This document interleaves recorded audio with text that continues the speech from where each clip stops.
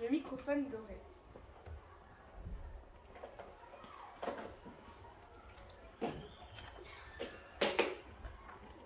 Zoé veut être chanteuse.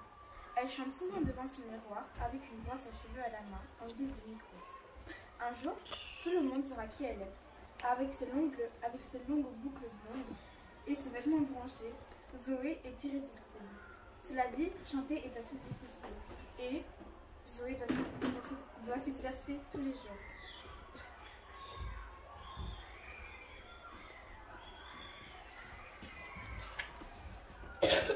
À l'école, Zoé a 3 très bonnes copines, Juliette, Eva et Jade. Ensemble, elles voudraient créer un groupe de pop et devenir célèbres. Pendant chaque prestation, elles essayent ensemble de nouveaux pas dans la salle de gym.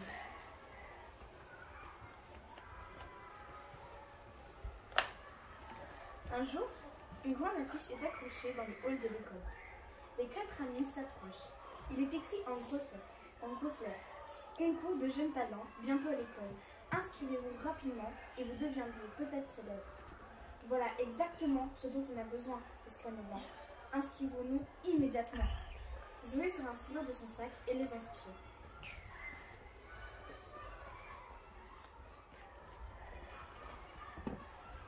Il leur reste exactement un mois avant le concours. Elles savent exactement quelle chanson elles vont chanter et quel gras elles vont utiliser. Quand Zoé rentre à la maison, après l'école, elle raconte à sa mère qu'elle s'est inscrite avec ses amis à un concours de jeunes talents. Sa maman la regarde avec fierté et lui dit qu'elle-même adorait chanter plus jeune. Sur ces mots, elle emmène Zoé au grenier et attrape une vieille boîte. Zoé regarde la boîte avec curiosité. Que peut-il y avoir dedans? Qui a une idée? Le trophée doré. Un trophée. Qui a une autre idée? Un micro. Ah, on va voir. La boîte est remplie de mouches. Au milieu se trouve un magnifique microphone doré. Zoé le sort et le regarde attentivement. Sa mère lui raconte alors qu'elle l'a reçu de sa mère quand elle avait l'âge de Zoé. Elle ignore si c'est un microphone qui a des pouvoirs magiques, mais il donne à la voix un timbre merveilleux. C'est ce que je viens de dire. T'as dit un trophée, toi. Ah, mais je voulais dire... c'est ça. C'est Iba, elle a dit un micro. Zoé embrasse sa mère et court dans sa chambre. Elle ferme la porte. Sur le côté du microphone se trouve un bouton. Zoé appuie dessus et commence à chanter. Elle n'a jamais chanté aussi bien. Elle regarde le micro avec émerveillement. Ce micro a quelque chose de magique, se dit Zoé. Demain, je le montrerai à mes amis pendant la répétition.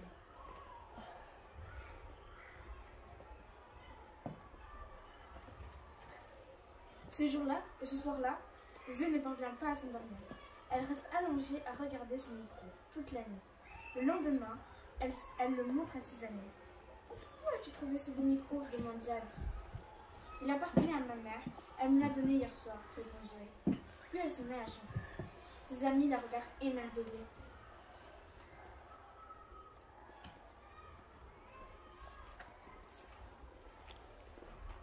Le grand jour approche à grands pas.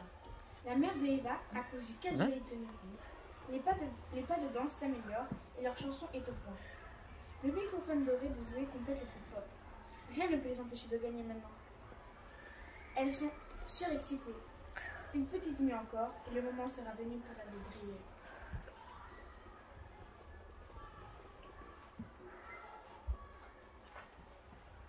Mais le lendemain, tout va de travers. Zoé se réveille. Elle ne trouve plus le microphone doré. Elle panique. Que va-t-elle faire? Elle n'arrive pas à chanter aussi bien avec un micro ordinaire. Elle raconte en pleurant à ses amis que le micro doré a disparu et qu'elle ne peut plus participer au spectacle. Oh là là. Ah, c'est triste. Peut-être elle l'a mis dans son cartable. Dans son cartable, peut-être. C'est absurde, disent ses amis. Le chant, ça vient du cœur et tu es très douée. Et ensemble, elles montent sur scène. Zoé se tient maintenant devant le public. Ses amis sont derrière elle, prêtes. Un micro se trouve devant elle. La salle est silencieuse et la musique commence. Avec des mains tremblantes, elle prend le micro et se met à chanter.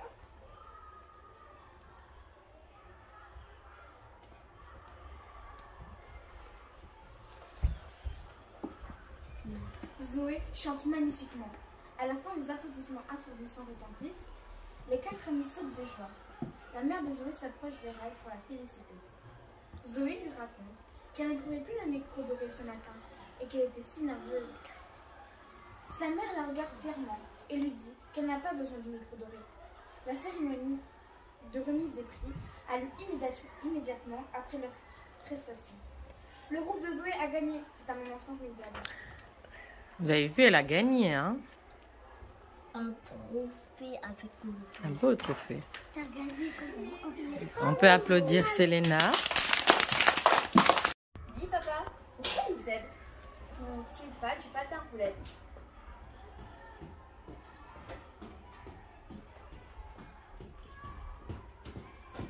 Dis papa, pourquoi les hippopotames ne prennent pas le train? Parce qu'ils ne veulent pas se faire remarquer, répond papa.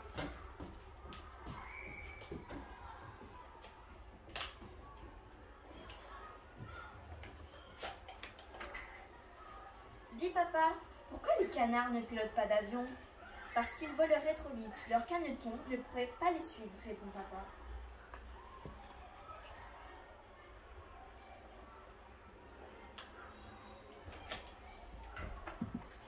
Dis papa, pourquoi les lions ne vont jamais chez le coiffeur? Parce qu'ils seraient trop mignons. Plus personne ne les prendrait au sérieux, répond papa. Ils sont pas mignons. Ils font peur. Pas du tout. Dis papa, pourquoi les pingouins ne vont pas à la piscine? Parce qu'ils viendraient en famille et il n'y aurait pas la place pour nager, répond papa. Moi, je croyais qu'il y avait qu'un seul. Dis papa, pourquoi les chiens sont interdits dans les musées? Parce que leur maître pourrait les perdre, répond papa.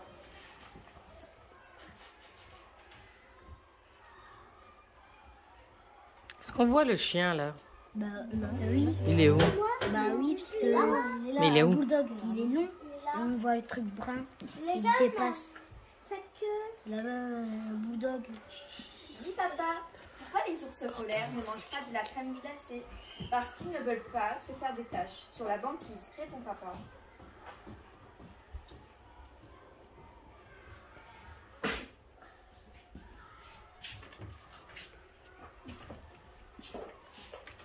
Dis papa, pourquoi les loups ne jouent pas sur mouton? Parce que nous jouons pas avec la nourriture, répond papa. Oh, Oh. qui mange qui, là? Bah, c'est le loup. Il mange qui? Les moutons. Et les cochons. Dis papa, pourquoi les éléphants ne deviennent pas des ballerines? Parce qu'ils ont peur des petits rats de l'opéra, répond papa.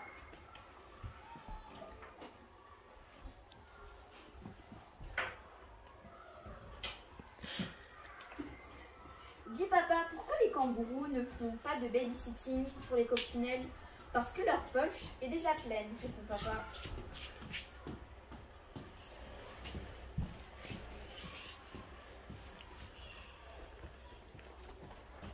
Dis papa, pourquoi les moustiques ne vont jamais chez le vétérinaire? Parce qu'ils ont peur des piqûres, répond papa.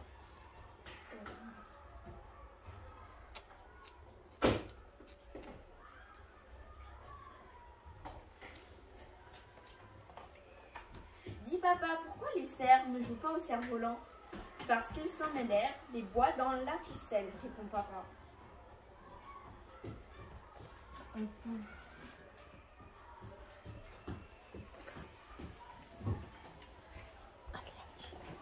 Dis papa, pourquoi les dragons ne peuvent pas être pompiers? Parce que les dragons, ça n'existe pas, répond papa. Vous imaginez un dragon pompier? Le dragon, c'est pas si grand. Parce qu'ils vont vite à mobilette. Oh. Elle était longue, cette histoire. Chut! Dominique, mets-toi bien.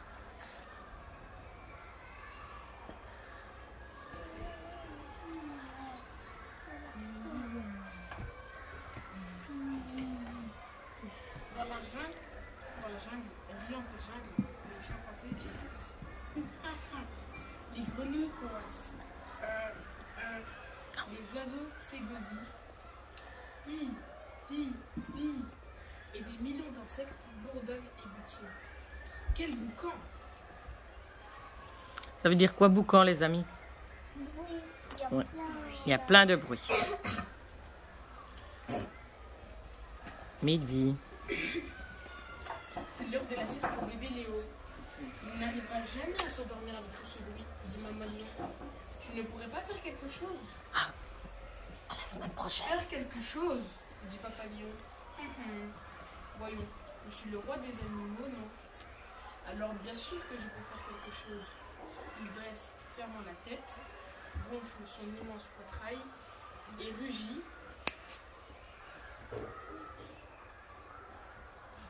Et comment il rugit, le lion? C'est bon, c'est bon. Et rugit. Chut!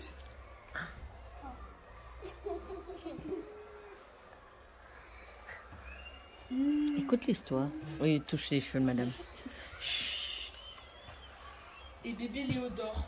Papa Lion chuchote tout bas, distinctement, pour que toutes les créatures l'entendent. Et si l'un d'entre vous s'avise de faire un moment de bruit et réveille Léo, je le mange.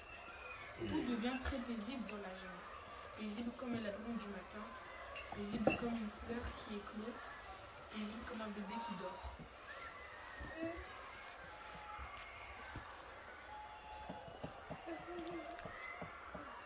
Qu'est-ce qu'il fait, tac, tac? Et soudain, des caquetements, des gloussements et piaillements, on frappe, tape, griffe et gratte. Deux perroquets se bagarrent dans les fours. Chut! Crie papa Lion de toutes ses forces. Ça va, dit maman Lion. Léo dort encore. Je ne peux pas manger les perroquets alors, dit papa Lion en boudant. Non, mon cher, dit maman Lion. Tu ne peux pas manger ces perroquets. La barbe, dit papa Lion. J'aurais bien envie d'un petit encore. Tout est paisible dans la jungle, paisible comme un arbre qui pousse vers le ciel, paisible comme une feuille qui voltige vers le soleil, paisible comme un bébé qui dort. Tu vas sortir. Donc, est-ce qu'il a le droit de manger les perroquets?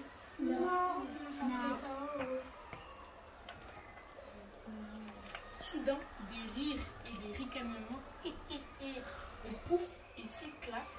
La hyène rigole comme seules les hyènes peuvent rigoler. Mais personne ne comprend ce qu'il y a de si comique. Chut! Crie papa Lion de toutes ses forces. Ça va, dit maman Lion. Léo dort encore.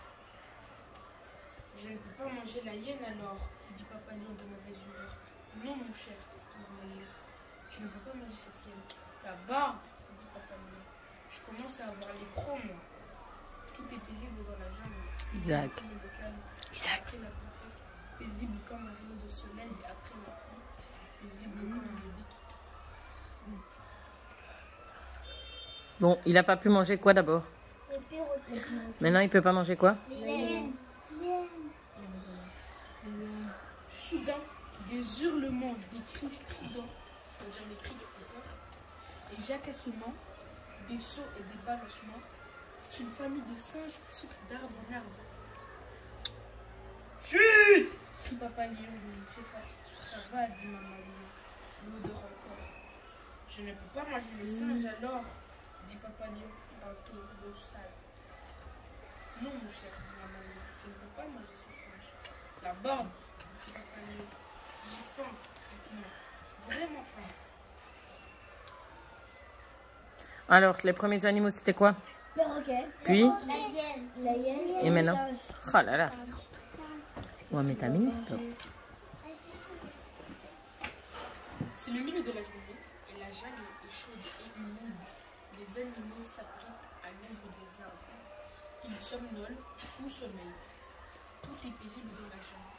Paisible comme le soleil resplendissant. Paisible comme l'ombre sous les arbres. Paisible comme un bébé qui dort. Assis.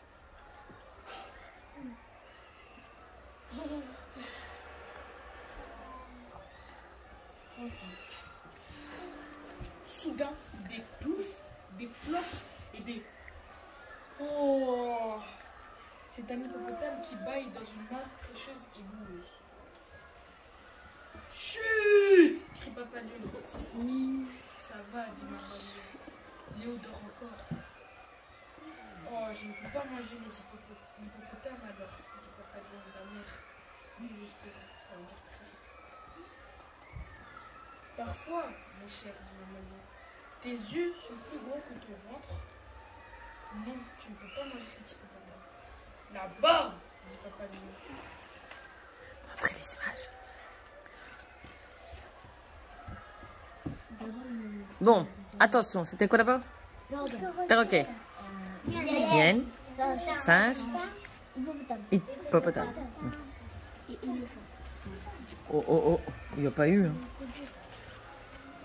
Je sais que c'est vilain, pense Papa Léo en se frottant le ventre. Mais j'espère que quelqu'un fera un peu plus de bruit et réveillera le petit Léo. Un instant seulement. Mais tout est visible dans la jungle.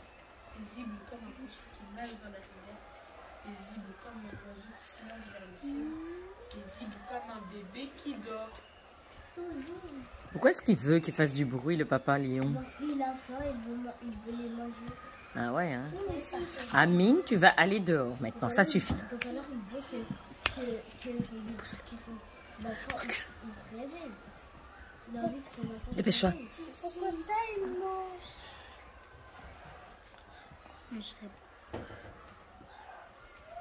Chut, écoutez maintenant. Un rugissement. Un rugissement. Un vagissement. Un gémissement. Un gargouillement. Un gros glouglou. Un bruit jamais entendu. Comme un coup de tonnerre. Comme un roulement de tambour. Le bruit d'un bébé qui pleure. Mais qui a réveillé bébé Léo? Maman Léo. Trouve qui a fait ce bruit, papa. Trouve-le et mange-le. Maintenant! Qui a une idée de qui a fait ce bruit bizarre? Le singe?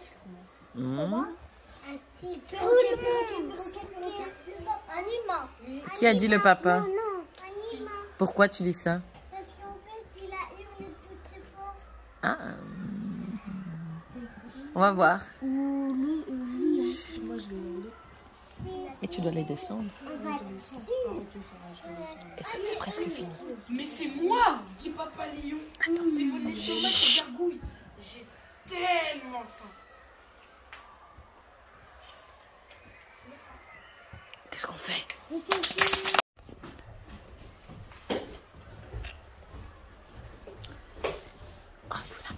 Recule un peu. Lorsque Dorian s'est réveillé ce matin, les rayons du soleil dansent sur sa tête. Il se frotte les yeux et s'assit dans son lit. La porte s'ouvre doucement. Qui est là?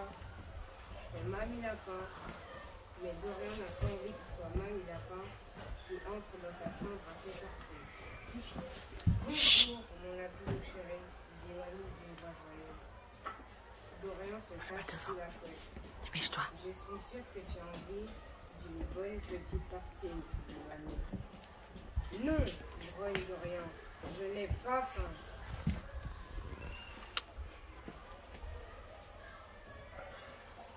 Vous allez où?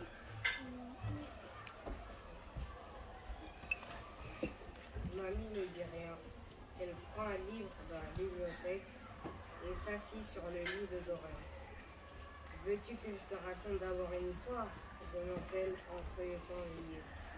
Pendant cela, ta faim viendra tout seul. Non, grogne Dorian, je ne veux pas d'histoire. Tu ne veux pas d'histoire? Demande Mamie, étonnée. Mais ce livre se passe dans un zoo. Toi qui aimes tant les animaux. Non, crie Dorian, je ne veux pas de livre qui parle d'animaux. Mamie referme le livre, elle regarde Dorian en fronçant les sourcils. Oh, je vois, dit-elle, aujourd'hui tu es fâché. Oui, dit Dorian, je suis très fâché. Très fâché. Tu montres les images. T'as oublié.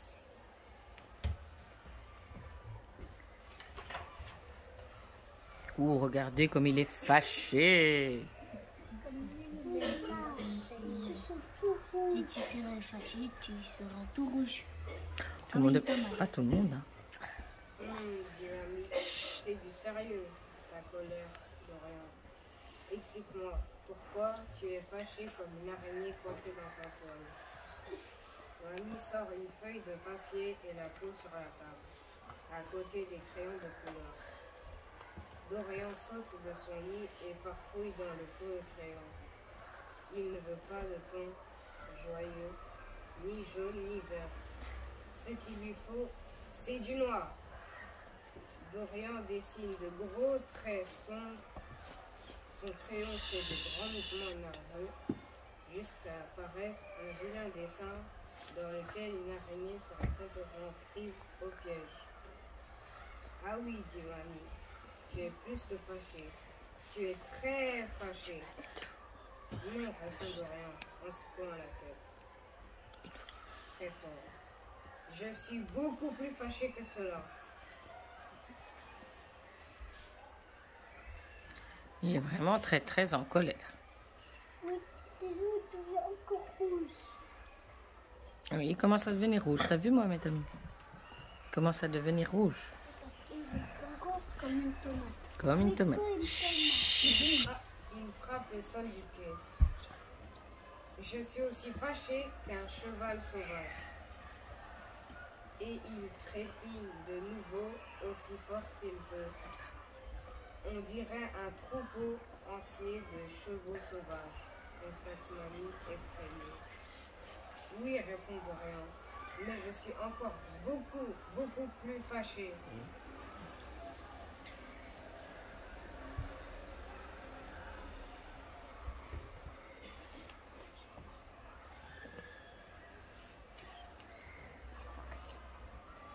Tu es aussi fâché qu'un éléphant, remarque Mamie. Mais ta chambre est bien trop petite pour un éléphant. Allons dans la salle de bain. Là-bas, tu pourras barrir aussi fort que tu veux. Dorian suit Mamie. Attends une minute, dit Mamie. Si tu enlèves ton pyjama, tu respireras plus facilement. Voilà, maintenant, vas-y mon éléphant. Pousse, souffle Dorian. Les éléphants aiment l'eau, dit Mamie. En mouillant un banc de toilette, vas-y, barille encore une fois. Foot, fait Dorian. Très bien, approuve Mamie. Lève les bras et montre-moi comment l'éléphant est grand. Dorian lève les deux bras et Mamie lui enfile son t-shirt. Foot. Assis-toi sur la chaise, maintenant, dit Mamie, et montre-moi comment il lève les pieds. Foot. Et hop, Mamie lui met son pantalon.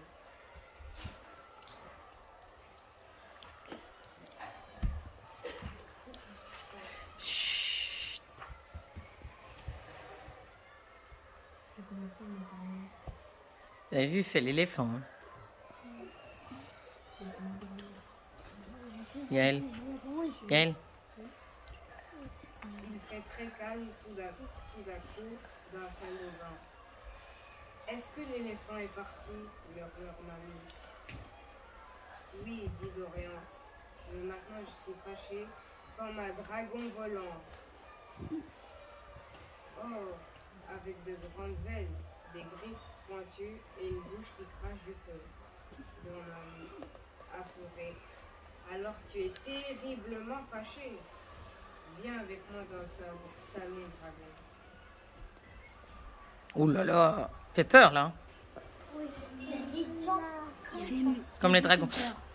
Il fait pas du tout peur.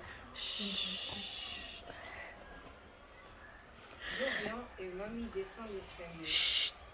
Est-ce que je peux voler avec toi, dragon? Demande Mamie. Dorian est d'accord. Dorian et Mamie se mettent à battre l'air avec leurs bras.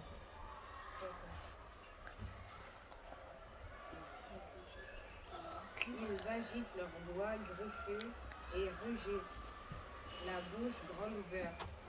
Rah, rah. Oh, regardez, mamie, elle fait le dragon. Quand même, elle a les yeux comme ça.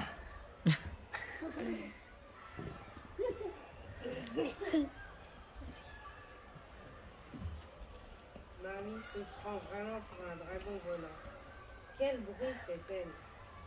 Dorian laisse retomber les bras et l'observe avec étonnement.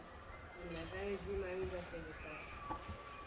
Il sent disparaître la grosse boule de colère qu'il avait dans le ventre et un éclat de rire sort de sa bouche. Ha ha ha! Le feu du dragon est parti lui aussi. Dorian explose de rire. Ha ha ha ha! Comme c'est drôle quand Mamie fait la sotte. L'idiote. Mamie fait l'idiote, vous avez entendu? Et là, est-ce qu'il est encore fâché? Il est content. Amine. On dirait qu'il est souriant et choqué. Mamie rit avec lui. Ils s'écroulent ensemble sur le canapé et rient jusqu'à ce qu'ils n'en puissent plus. Mamie l'entoure alors de ses ailes de dragon toute chose. Dorian, mon chéri, veux-tu bien me dire pourquoi tu étais si fâché? Demande-t-elle. Dorian hausse les épaules. Je ne sais pas, dit-il. Tu sais ce que je crois, dit Mamie. Peut-être que tu n'étais pas fâché, mais triste. Dorian réfléchit et fait oui de la tête. Il sait pourquoi il était triste. Ma maman était déjà partie quand je me suis réveillée. Elle ne m'a pas fait de bisous. Oh, vous avez entendu pourquoi il était fâché? Oui, parce que sa maman est partie, il n'a pas fait de bisous. Oh, il était triste.